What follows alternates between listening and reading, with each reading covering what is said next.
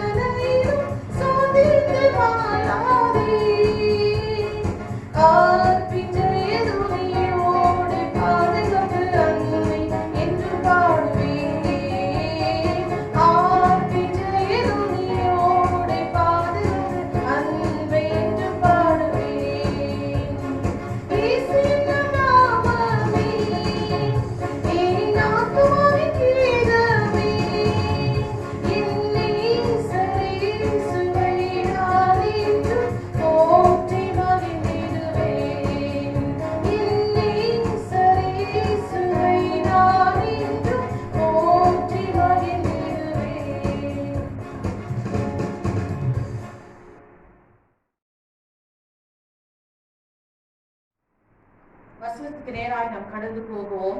1 பேதுரு 4ஆம் அதிகாரம் 7ஆம் வசனம் இப்படியாக சொல்லுகிறது, எல்லாவற்றுக்கும் முடிவு சமீபமாயிற்று, ஆகையால் தெளிந்த புத்தி உள்ளவர்களாய் இருங்கள், ஜெபம் பண்ணுவதற்கு ஜாக்கிரதை உள்ளவராய் இருங்கள் என்று வேதம் சொல்லுகிறது. The end of all things is near, therefore be clear-minded and self-controlled so that you can pray. நாம் ஜெபம் பண்ணுவதற்கு முன்பதாக பலவித சோதனைகள் தடைகள் கடந்து வரலாம். இந்த ஜெபம் தேவனோடு பேசுகிற ஒரு நேரமாய் காணப்படுகிறது. அவரோடு கூட உறவாடுகிற ஐக்கியம் கொள்ளுகிற இந்த நேரத்தை அநேக விதத்தில் சத்ரு தடை செய்ய கூடும். ஆனால் நாம் எல்லாவற்றையும் தடைகளை ஜாக்கிரதையாக என்ன செய்ய வேண்டும்? தடைகளை நீக்கி எப்படியாவது அவனுடைய சமூகத்துல அப்பாவுடைய பாதத்துல அமர்ந்து ஜெபிக்க வேண்டும். இந்த ஜூன் மாதத்துல பார்க்கப்படும் போது அநேக பேர் இந்த மாதத்தை காணாமல் மறைந்து போனார்கள். கடந்த மாதத்துல ஆண்டவர் கிருபையாக இரக்கமாக நம்ம உயிரோடு அவர் காப்பாற்றி இருக்கிறார் என்றால் அவர் ஒரு நோக்கத்தை வைத்திருக்கிறார். தேவச்சனமே, he has a purpose that we are alive today. இன்றைக்கு உயிரோடு உங்களை இந்த மாதத்துல வைத்திருக்கிறார் என்று சொன்னால் அவர் ஒரு விசேஷித்த நோக்கம் உங்க வாழ்க்கையில வைத்திருக்கிறார். அவரை துதிக்கணும், அவரை மகிமைப்படுத்தணும், உங்களை ஆசீர்வதிக்கும்படியாக கர்த்தருடைய திட்டம் நிறைவேற போகிறது. இந்த இடத்துல the end of all things is near, எல்லாவற்றுக்கும் முடிவு சமீபமாயிற்று என்று வேதம் சொல்லிக் கொண்டிருக்கிறது. ஆண்டவர் நம்முடைய பாவங்களை சிலுவையில் சுமந்து தீர்த்து முடித்து விட்டார். ஆனால் நம்முடைய வாழ்க்கையில இன்னும் நாம் சில காரியங்களுக்கு முடிவு வைக்காமல் இருக்கிறோம். நம்முடைய தீய பழக்கங்கள், நம்முடைய சுயமான வாழ்க்கை, தேவனுக்கு பிரியமில்லாத பாவமான வாழ்க்கைக்கு ஒரு முடிவு வைக்க வேண்டும். சமீபமாக இருக்கிறது. ஏன் இன்னும் துன்பம், இன்னும் கண்ணீர் கஷ்டங்களோடு இருக்கிறோம் என்று சொன்னால் சில காரியங்கள் நாம் நம்முடைய வாழ்க்கையில அது முடித்து போட வேண்டும். சிலது அசுத்தமான வாழ்க்கை, தேவனுக்கு பிரியமில்லாத காரியத்தை நாம் எடுத்து போட வேண்டும். தேவனுக்கு பிள்ளைகளே, அப்பொழுதுதான் நாம் தெளிந்த புத்தி உள்ளவர்களாய் இருந்து நாம் ஜெபம் செய்வதற்கு ஜாக்கிரதை உள்ளவர்களாய் இருங்கள் என்று வேதம் சொல்லுகிறது. ஏன் இப்படி ஜாக்கிரதை உள்ளவர்களாய் இருங்கள் என்று சொல்லிக் கொண்டிருக்கிறது என்றால் அநேக விதமான தடைகளை பிசாசு கொண்டு வருவார் ஜெபம் செய்வதற்கு. ஆனால் கடந்த மாதம் பார்க்கப்படும் போது அநேக மரணங்கள், கண்ணீர், வேதனையும், வியாதியில எல்லாம் படுக்கையாக இருந்து அநேக போராட்டத்தின் வழியாய் கடந்து வந்திருக்கலாம். இந்த மாதத்துல வெற்றியாக ஆண்டவர் கொண்டு வந்திருக்கிறபடியால அவரை ஸ்தோத்திரிக்கலாம், அவருக்கு நன்றி செலுத்தலாம். ஆண்டவரே, எல்லாவற்றையும் ஜெயிக்க பலன் கொடுத்தீரே, உம்மாலே நான் ஒரு சேனைக்குள்ளாக பாய்வேன், உம்மாலே ஒரு மதிலை தாண்டுவேன் என்று சொல்லுகிறவனமாக எல்லா வியாதிகளையும் தாண்டி இந்த மாதத்துக்குள்ள பிரவேசிக்க ஆண்டவருடைய கிருபை போதுமானதா இருந்தபடியால அவருக்கு நாம் நன்றியை செலுத்துவோம். இந்த இடத்துல நம்முடைய காரியங்கள், பழைய வாழ்க்கைக்கு ஒரு முடிவு நாம் இந்த நாளில தீர்மானம் எடுக்கலாம். ஜூன் மாதத்தில் ஆண்டவரே, எல்லா விதத்திலையும் தப்புவித்து கொண்டு வந்தீரே, உங்களுக்கு ஸ்தோத்திரம், உங்களுக்கு நன்றி ஆண்டவரே. என்னுடைய பாவ கிரியை செயல்களுக்கு ஒரு முடிவு வேண்டும். நான் ஜெபம் பண்ணுவதற்கு என்னை ஆயத்தப்படுத்தும் ஆண்டவரே. உன்னுடைய சமூகத்துல காத்திருக்க எனக்கு பலன் தருவீராக என்று சொல்லுவோமாக. எதெல்லாம் தடையா இருக்கிறதோ அதெல்லாம் இயேசுவின் நாமத்தினால தகற்றெறிய முடியாது. கர்த்தர் கிருபை செய்வாராக என்று சொல்லி பார்ப்போம். நான் ஜெபிக்கணும்னு நினைக்கிறேன், கிறிஸ்துவுக்குள்ளாக நெருங்கி வரணும்னு நினைக்கிறேன், என்னால முடியல, ஏதோ ஒரு பாவம், ஏதோ ஒரு பலவீனம், ஏதோ ஒரு காரியம் தடையா இருக்குது என்று சொல்வீங்களானால் இந்த ஜூன் மாதத்துல ஒப்பு கொடுக்கலாம். ஆண்டவரே, இதுதான் என்னுடைய பலவீனம், என்னால் இதுல இருந்து வெளியே வர முடியல. This is my weakness, Lord. I'm not able to overcome. I'm not able to come out of this weakness. Help me, Lord. இப்படியாக ஆண்டவருடைய உதவியை கேட்கும் பொழுது கர்த்தர் உங்களுக்கு நிச்சயமாகவே உதவி செய்வாராக. மார்க் எழுதின சுவிசேஷத்துல 14ஆம் அதிகாரம் 38ஆம் வசனம் சொல்லுகிறது, விழித்திருந்து செபியுங்கள், சோதனைக்குட்படாதபடி விழித்திருந்து செபியுங்கள் என்று ஆண்டவராகிய இயேசு கிறிஸ்து நம்மை பார்த்து சொல்லுகிறார். Watch and pray so that you may not fall into temptation. சோதனைக்குட்படாதபடி. சோதனைகள் கடந்து வரும் பிரியமானவர்களே, எல்லாருடைய வாழ்க்கையில பிரச்சனைகள், சோதனைகள் கடந்து வருவது உண்டு. ஆனால் இயேசு கிறிஸ்து சொல்லுகிறார், சோதனைக்குள்ளாகாதபடி, அதுக்கு சோதனைக்குள்ள விழாதபடி நீங்கள் விழித்திருந்து செபியுங்கள். Watch and pray. நாம் தெளிந்த புத்தி உள்ளவர்களா இருங்கள் என்று நாம் பார்த்தோம். இங்கே விழித்திருந்து ஜெபிக்க வேண்டுமா? அந்த ஜெபம் செய்யும் போது என்ன நடக்கிறது? சோதனைகள் வந்தாலும் மேற்கொள்ள பலன் தருவார் தேவன். அந்த பலத்தை நமக்கு தருவார், அந்த கிருபையை நமக்கு தருவார். பரிசுத்த ஆவியினால நிரம்பி நாம் ஜெபிக்கும் பொழுது ஆவியானவர் விட முடியாத காரியங்களில் இருந்து விடுதலை தந்து, ஆலோசனை தந்து, நமக்கு ஜெபிக்க கர்த்தருடைய ஆவியானவர் நமக்குள்ள வந்து உதவி செய்வார். எதற்காக ஜெபிக்க வேண்டும் என்று. நாம் நம்முடைய சுயத்துல நம்ம செய்கிற காரியங்கள் தோல்வியாக முடியும். ஆனால் தேவனுடைய கையில நம்ம ஒப்பு கொடுக்கும் பொழுது பரிசுத்த ஆவியினுடைய பலம் நமக்குள்ள இறங்கி வரும் பொழுது பலனடைந்து அவர் எல்லாவற்றுக்கும் நமக்கு உதவி செய்ய இருக்கிறார். இந்த வேளையில யாக்கோபு 5ஆம் அதிகாரம் 13வது வசனத்துல பார்க்கப்படும் போது, உங்களில் ஒருவன் துன்பப்பட்டால் ஜெபம் பண்ண கடவான். If any one of you in trouble, he should pray. இல்லைங்களா? நமக்கு ட்ரபிள், அந்த துன்பம் வரும்போது நாம் என்ன செய்கிறோம்? அந்த நேரத்துல பதட்டப்படுகிறோம். என்ன செய்கிறது என்று தெரியாமல் மனுஷனிடத்துல போகிறோம். எல்லாரிடத்துல ஆலோசனை கேட்டு கடைசியா தோல்வி ஆகிறது. ஆனா வேதம் என்ன சொல்லுகிறது? ஒருவன் உங்களில் துன்பப்பட்டால் ஜெபம் பண்ண கடவன். If any of one of you in trouble, he should pray. இல்லைங்களா? முதலாவது அந்த ட்ரபிள், அந்த துன்பம் வரும் பொழுது அவருடைய பாதத்துல போய் அமர்ந்துருங்க. அவர் நோக்கி செபிங்க. ஜெபம் பண்ண கடவுள். You should pray. இந்த மாதத்துல ஏதாவது உங்களுக்கு துன்பம் வந்தால், கஷ்டம் வந்தால், நீங்கள் உடனடியாக முழங்கால் படிட்டு இயேசுவே என்று சொல்லி கூப்பிடுங்க. அவர் சொல்லுகிறார், ஆபத்து காலத்துல என்ன நோக்கி கூப்பிடுங்க என்று சொல்லுகிறார். அவர் ஆபத்து காலத்துல அவரை நோக்கி கூப்பிடும் போது அவர் இறங்கி வந்து உங்களுக்கு அறியாததும் எட்டாததுமான பெரிய காரியங்களை செய்வார். நமக்கு தெரிஞ்சதெல்லாம் கொஞ்சம்தான், ஆனா நமக்கு தெரியாத காரியங்களில ஆண்டவர் கொண்டு போய் அற்புதமாய் அதிசயமாய் இந்த மாதத்தில் உங்களை நடத்த முடியா கர்த்தர் உங்களை இடத்துல பேசிக் கொண்டிருக்கிறார். If you are in trouble, you just pray, kneel down and pray. முழங்கால் படிட்டு இயேசுவே என்று சொல்லி அவரை கூப்பிடுங்க. அவர் அதுக்கு தேவையான பதிலை தருவார். அந்த பிரச்சனை, அந்த உபத்திரத்திலிருந்து உங்களை இந்த மாதத்துல நீக்கலாக்கும்படியாக அவர் உதவி செய்வாராக. இந்த இடத்துல அடுத்தது பார்க்கப்படும் பொழுது, அப்பொழுது விசுவாசமுள்ள ஜெபம் பீனியாலை ரட்சிக்கும், கர்த்தர் அவனை எழுப்புவார் என்று சொல்லி பார்க்கிறோம். இந்த இடத்துல பாருங்கள், and the prayer offered in faith will make the sick person well. விசுவாசமுள்ள ஜெபம் நாம் கேட்கப்படும் பொழுது சந்தேகம் இல்லாமல் ஜெபிக்க வேண்டும். இந்த வியாதி நீங்குமா? இது ஹாஸ்பிட்டல் போனாதான் நீங்கும். இது இவ்வளவு பெரிய வியாதியாச்சே, வெறும் ஜுரம் தலைநோய் மட்டும் ஏசப்பா சுகப்படுத்துவாரா? இப்படி நம்மளே ஒரு லிஸ்ட் போடாம இந்த இடத்துல என்ன சொல்லுகிறது?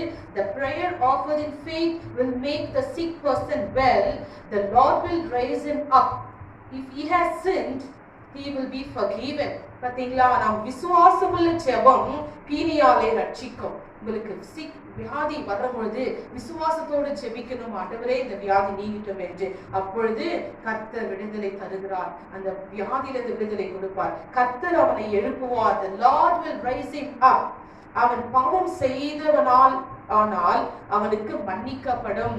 If the person has sinned, ஒருவேளை நாம் பாவம் செய்தோமானால் நமக்கு அந்த பாவம் மன்னிக்கப்படும். ஒருவேளை வியாதி இயற்கை நிமித்தமாக வந்திருக்கலாம், இயற்கை மாறுவது நிமித்தமாக சூழ்நிலைகள், இல்லை என்றால் நம்முடைய பாவத்தை நிமித்தமாக வரலாம், பிசாசுடைய கிரியையாக வரலாம், சரீரத்துல பலவீனங்கள் வரக்கூடும். ஆனால் இந்த இடத்துல பார்க்கப்படும் போது சில நேரங்கள் பாவங்களையும் ஆண்டவர் மன்னிக்கப்படும் பொழுது நம்முடைய வியாதியும் குணமாகும். என்னுடைய பிள்ளைகளே, வேதம் சொல்லுகிறது அப்படியாக, therefore confess your sins to each other and pray for each other so that you may be healed. பாத்தீங்களா? அந்த இடத்துல ஒருவருக்கு ஒருவர் பாவங்களை என்ன பண்ணணுமா? அறிக்கை செய்து ஒருவருக்காக ஒருவர் நீங்கள் ஜெபம் பண்ணுங்கள். அப்படியாக நீங்கள் சொஸ்தம் அடையும்படிக்கு உங்கள் குற்றங்களை ஒருவருக்கொருவர் அறிக்கை செய்யணுமா? நம் சில வேளைகளை பாவங்களை அறிக்கை செய்யாமல் இருக்கப்படும் போது சில வியாதிகள் பின் தொடர்ந்து வந்து கொண்டே இருக்கும், சில பலவீனங்கள் சரீரத்துல வந்து கொண்டே இருக்கும். அதை அறிக்கை செய்து விட்டுவிட வேண்டும். இப்படியாக நீங்கள் சொஸ்தம் அடையும்படியாக, therefore confess your sins so that you will be healed. நமக்கு இன்னும் ஏன் ஹீலிங் கிடைக்கல? ஏன் இன்னும் சொஸ்தமாகவே இல்லை? ஏன் இன்னும் இந்த வியாதி போகவில்லை? வேதவசனம் சொல்லுகிறது, பாவங்களை குற்றங்களை அறிக்கை செய்ய வேண்டும். வாய்களை நாம் அறிக்கை செய்ய வேண்டும். இந்த மாதிரி தவறுகள் பாவங்களை செய்திருக்கிறேன் மன்னியும் என்று சொல்லி ஒருவருக்கு ஒருவர் அறிக்கை செய்யலாம். ஆண்டவரிடத்துல நாம் பாவங்களை அறிக்கை செய்து விட்டுவிடும் பொழுது நம்முடைய பாவங்கள் மன்னிக்கப்படும், வியாதியும் குணமாகும் என்று தான் வேதம் சொல்லுகிறது. இந்த இடத்துல அப்படியாக பார்க்கப்படும் போது எசேக்கியா ராஜா வியாதிப்படும் பொழுது அவர் தேவனை நோக்கி சிவர் பக்கமாக முகத்தை திருப்பி ஜெபிக்கும் போது தேவன் ஜெபங்களை கேட்டு நான் சொல்லுகிறார், உன் ஜெபத்தை நான் கேட்டேன், உன் கண்ணீரை நான் கண்டேன், நான் குணமாக்குவேன். I have heard your prayers, I have seen your tears, behold I will heal you. 2 ராஜாக்கள் 20ஆம் அதிகாரம் 5வது வசனம். 2 Kings chapter 20 verse 5. The word of the Lord came to King Hezekiah. அப்படியாக நான் உன் ஜெபத்தை கேட்டேன். ஜெபத்தை ஆண்டவர் கேட்கலே என்று சொல்லி நீங்க நினைக்க வேண்டாம். கர்த்தர் அவர் ஜெபங்களை கேட்கிறவராய் இருக்கிறார். அவர் கண்ணீரை காண்கிறவராய் இருக்கிறார். அவர் குணமாக்குற தேவனாய் இருக்கிறார். நீங்க நினைக்கிற மாதிரி இல்ல. நம்ம சோர்ந்து போன நேரத்துல ஐயோ என் ஜெபம் கேட்கப்படவில்லையே என்று சொல்லி நாம் நினைக்கலாம். ஆனால் ஆண்டவர் சொல்லுகிறாரு, நான் ஜெபத்தை கேட்டிருக்கிறேன். இந்த ஜூன் மாதத்துல நம்முடைய பாவங்களை அறிக்கை செய்யும் போது, குற்றங்களை அறிக்கை செய்து விடும் பொழுது நமக்கு சுகமும் கிடைக்கும், பாவம் மன்னிப்பும் கிடைக்கும். நாம் தெளிந்த புத்தி உள்ளவர்களாக ஜாக்கிரதையாய் இருக்கணும். விழித்திருந்து ஜெபம் பண்ணுங்கள். சோதனைக்கு உட்படாதபடி, சோதனை வருவதற்கு முன்பதாகவே நாம் ஜெபிக்க வேண்டும் என்று ஆண்டவர் சொல்லுகிறாரு. இந்த ஜூன் மாதத்தில் ஒருவேளை கடந்த மே மாதத்தில் அநேக போராட்டங்கள் வழியாய் கடந்து வந்திருக்கலாம். இன்றைக்கு இந்த மாதத்தில் ஒரு தீர்மானம் எடுங்கள். ஆண்டவரை, நான் ஆண்டவரை தானியேலை போல 3 வேளை ஜெபிப்பேன். இல்லை என்றால் நேரம் கிடைக்கும் போது உங்களை துதிப்பேன், நான் ஆராதிப்பேன். எப்பொழுதெல்லாம் ஆண்டவரே இயேசுப்பா நம்ம எப்பவுமே நம்ம துதிக்கணும், ஆராதிக்கணும் என்று சொல்லி ஒரு தீர்மானம் எடுங்க. துதிக்கும் போது எரிகோ மதில் எப்படி இடிந்து விழுந்ததோ, துதிக்கிற உங்களுடைய வாழ்க்கையில் இருக்கிற பிரச்சனைகள் மதில் போல இருக்கிறதான கடன் தொல்லையா இருந்தாலும், குடும்ப பிரச்சனையா இருந்தாலும் அது இடிந்து விடும்படியான கிருபையை ஆண்டவர் தரப்போகிறாரு. தேவனுடைய வார்த்தை அதிகமாக செப்பனியா 3:17 பார்க்கப்படும் போது, உன் தேவனாகிய கர்த்தர் நடுவில் இருக்கிறார், அவர் வல்லமை உள்ளவர், அவர் ரட்சிப்பார், அவர் உன் பேரில் சந்தோஷமாய் மகிழ்ந்து நம்முடைய அன்பின் நிமித்தம் அமர்ந்திருப்பார், அவர் உன் பேரில் கம்பீரமாய் களி கூறுவார் என்று. The Lord your God is with you. பாருங்க, தேவன் உன்னோடு கூட இருக்கிறார். அவர் எப்படியாப்பட்டவர்? He is mighty to save you. அவர் வல்லவர், அவர் சர்வ வல்லவர். அவர் நம்ம கூட இருக்கும் பொழுது நமக்கு எந்த விதத்திலே கவலை இல்லை இந்த ஜூன் மாதத்துல. And he will take great delight in you. He will quiet you with his love. அவருடைய அன்பினால அவர் அமர்ந்திருப்பார் என்று சொல்லி பார்க்கிறோம். பண உதவி செய்யலாம், நமக்கு ஏதாவது உதவி ஜனங்கள் செய்யலாம். ஆனா அந்த உண்மையான அன்பு பாருங்க, தேவனுடைய அன்பு, அவர் அன்பின் நிமித்தமாக நம்மளை அமர்ந்திருக்க பண்ணுகிற தேவனாய் இருக்கிறார். சில பேருடைய வாழ்க்கையில அன்பு கிடைக்காமலே அலைந்து அந்த மனசு அலமோதுகிறது. அன்புக்காகவே இந்த நிறைய அந்த உலகத்துல பார்க்கப்படும் போது, ஆனா தேவன் அன்பா இருக்கிறார். God is love. ஆண்டவர் சொல்லுகிறார், love one another. ஒருவருக்கு ஒருவர் நேசிங்கள் என்று சொல்லி வேதம் சொல்லுகிறது. கர்த்தருடைய அன்பு உங்களை நிலைத்திருக்கட்டும் என்று சொல்லி பார்க்கப்படும் போது, இந்த இடத்துல கூட அநேக கஷ்டங்கள், துன்பங்களை கடந்த மாதம் கடந்து வந்தாலும் இந்த ஜூன் மாதத்துல ஆண்டவருடைய வார்த்தை, அவருடைய வாக்குத்தத்தம், இந்த மாதத்துக்கு வாக்குத்தத்தம் என்னவென்றால் 1 பேதுரு 5ஆம் அதிகாரம் 10வது வசனம், அப்படியாக சகல கிருபையும் பொருந்திய தேவன் தாமே கொஞ்ச காலம் பாடு அனுபவிக்கிற உங்களை சீர்படுத்தி, இல்லைங்களா, கொஞ்ச கால பாடு அனுபவிக்கிற உங்களை, அந்த பாடு கொஞ்ச காலம் என்று தேவன் உரைக்கிறார். இது நீடிக்குமா என் வாழ்க்கையில? இல்ல. இந்த மாதத்துல அவருடைய வாக்குத்தத்தம், கொஞ்ச கால பாடு அனுபவிக்கிற, கஷ்டத்தை அனுபவிக்கிற, வியாதிய வேதனையை அனுபவிக்கிற உங்களை சீர்படுத்துவேன் என்று சொல்லுகிறார். சீர்படுத்துவது மாத்திரம் அல்ல, ஸ்திரப்படுத்துவார். அது மட்டுமல்ல, பலப்படுத்துவார். உங்க பலவீனமான சரீரத்துக்கு பலன் தருவார், நிலை நிறுத்துவாராக. இப்படியாக சொல்லுகிறது. And the God of all grace who called you to his eternal glory in Christ, after you have suffered a little while, will himself restore you and make you strong, firm and steadfast. இந்த June மாதத்துல தேவன் மறுபடியுமாக இந்த வார்த்தையை கொடுத்து கொண்டிருந்தார். இந்த வாக்குத்தத்தத்தை வைத்து நாம் ஜெபிப்போமாக. ஆண்டவரே சகல கிருபையும் பொருந்திய தேவன் தாமே கொஞ்ச கால பாடுகளை அனுபவிக்கிற என்னுடைய வாழ்க்கையில ஆண்டவரே அப்பா நீ சீர்படுத்துவீர். எதெல்லாம் சீர்கெட்டு போயிருக்கிறதோ அதை சீர்படுத்துவார் ஆண்டவர். எதெல்லாம் எழுந்து போனீங்களோ மறுபடியும் தருவார். இந்த ஜூன் மாதத்துல கர்த்தர் உங்களை சீர்படுத்துவார். உங்க குடும்பத்தை எல்லாவற்றையும் ஸ்திரப்படுத்துவாராக. ஹல்லேலூயா. பலப்படுத்தி நிலைநிறுத்துவாராக. நிலையில்லாத இந்த உலகம், நிலையில்லாத ஒரு வாழ்க்கை, அப்படியாக அலமோதுகிறது சிந்தனைகள், ஒரு கன்ஃபியூஷன் இல்லைங்களா, ஒரு குழப்பமா இருக்கிறது. இது எப்படி இந்த மாதத்திலேயே இந்த எப்படியாக இருக்கும் என் வாழ்க்கை, கடந்த மாதம் போல இருக்குமா என்று நினைக்க வேண்டாம். அவருடைய வார்த்தையை நீங்க அறிக்கை செய்து ஜெபம் பண்ணுங்க. விசுவாசம் உள்ள ஜெபம் பீனியாலே ரட்சிக்குமா. The prayer offered in faith, சந்தேகம் இல்லாதபடி இயேசு குணமாக்குவார் என்று விசுவாசமா நீங்க ஜெபம் பண்ணுங்க. விழித்திருந்து ஜெபிங்க. தெளிந்த புத்தியுள்ளவர்களாய் இருந்து ஜெபம் பண்ணுங்க. அப்பொழுது கர்த்தர் எல்லா காரியங்களையும் வாய்க்க பண்ணி கர்த்தர் தாமே உங்களை இந்த வார்த்தை மூலமா ஆசீர்வதிப்பாராக. நாம் ஜெபிப்போம். அன்பின் தெய்வமே, நீ கொடுத்த இந்த வாக்குதத்த வசனத்துக்காக நன்றி ஆண்டவரே. கொஞ்ச கால பாடு அனுபவிக்கிற உங்களை சீர்படுத்தி ஸ்திரப்படுத்தி பலப்படுத்தி நிலைநிறுத்துவேன் என்று சொன்னீரே, அப்படியாக ஆண்டவரே நீர் சீர்படுத்துங்க ராஜா, ஸ்திரப்படுத்தி பலப்படுத்துங்க ராஜா. ஆண்டவர் இந்த ஜூன் மாதம் முழுவதுமாக ஆண்டவரே ஒவ்வொருவரையும் குடும்பங்களையும் ஒவ்வொருவரும் தனிப்பட்ட வாழ்க்கையும் அற்புதமாக அதிசயமாய் நடத்தி உம்முடைய நாமத்தை மகிமைப்படுத்துவீராக. ஆசீர்வதியை பலப்படுத்தும் ஆண்டவரே. சகல வியாதி பலவீனங்கள் பிரச்சனைகள் பயத்தின் ஆவிகளை இயேசுவின் நாமத்தினால் அப்புறப்படுத்தி தேவன் ஆண்டவரே உடைய கரத்தை நீட்டு நீதியின் கரத்தினால் இந்த பிள்ளைகளை ஆண்டவரே ஒவ்வொருவரை கரம் பிடித்து நடத்துவீராக என்று சொல்லி எங்களை ஒவ்வொருவரையும் தாழ்த்து அர்ப்பணிக்கிறோம். இயேசு கிறிஸ்துவின் நாமத்தில் ஜெபிக்கிறேன் ஜீவனுள்ள நல்ல பிதாவே, ஆமென். May God bless you all.